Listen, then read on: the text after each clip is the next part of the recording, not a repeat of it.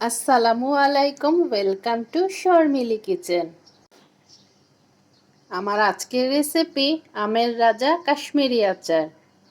আমার মায়ের রেসিপিতে আজকে আমি রান্নাটি করে দেখাবো। আমার মা কিন্তু এভাবে আদা রসুনের ফুল কেটে আচারটি তৈরি করেন। শুকনা মরিচের বিচি ফেলেও খুব সুন্দর করে কেটে নেন। বাইরে থেকে দেখতেই কতটা সুন্দর লাগছে, খেতে কতটা না মজা হবে দেখেই বোঝা যাচ্ছে। আপনি যখন খাবেন মনে হবে একদম মোরব্বার মতন। আচার বানানোর জন্য আমাদের প্রয়োজন হবে আম। কাঁচা আমের আটি যখন একদম শক্ত হয়ে যাবে ঠিক তখনই এই আচারটা তৈরি করতে হবে। এই যে আমি আটি শক্ত হওয়া আমগুলো নিয়েছি। আমের খোসা ফেলে এরকম ভাবে পিস পিস করে কেটে নিতে হবে। একদম যাতে পানি না থাকে সেদিকটা অবশ্যই আমরা খেয়াল রাখবো। কিচেন টাওয়েল বা ন্যাপকিনে ভালোভাবে আমটা মুছে শুকিয়ে নেব।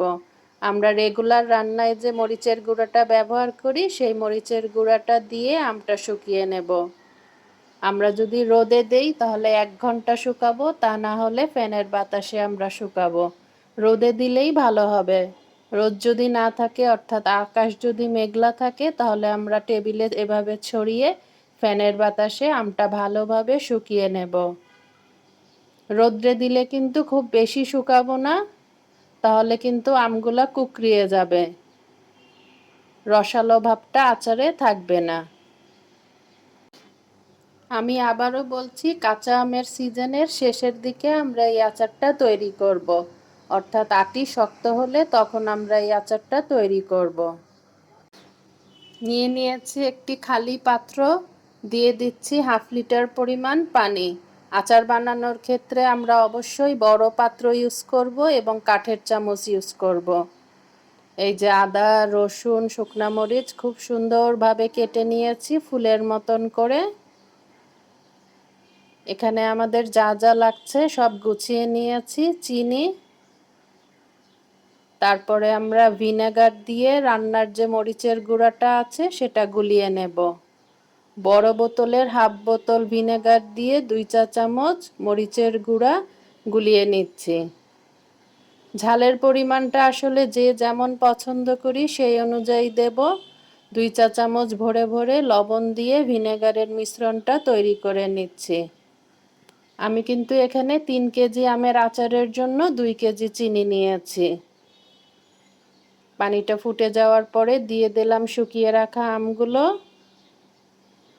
এখন ভালো করে ফুটিয়ে নেব, পানিগুলো যাতে শুকিয়ে যায় সেদিকটা অবশ্যই খেয়াল রাখব। দিয়ে দিলাম চিনি। এখন চিনির সঙ্গে আমটা ভালো করে ফুটাবো। পানিটা কিন্তু আমরা দিয়েছি আমগুলা যাতে ডাইরেক্ট চিনিতে দিলে কুকড়ে না যায় সেজন্য। এ পর্যায়ে দিয়ে দিচ্ছি ফুল করে কেটে রাখা আদা এবং রসুন। মরিচটা এখন আমরা দেব না, মরিচটা আমরা পরে দেব।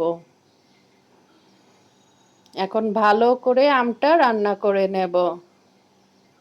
আমরা যেই পানিটা দিয়েছি সেই পানিতে কিন্তু চিনিটা গলে শিরা হয়ে আমটা রান্না হবে। এ পর্যায়ে দিয়ে দিলাম ভিনেগারে গুলিয়ে রাখা লবণ এবং মরিচের গুঁড়া দিয়ে যে মিশ্রণটা তৈরি করেছিলাম সেটি।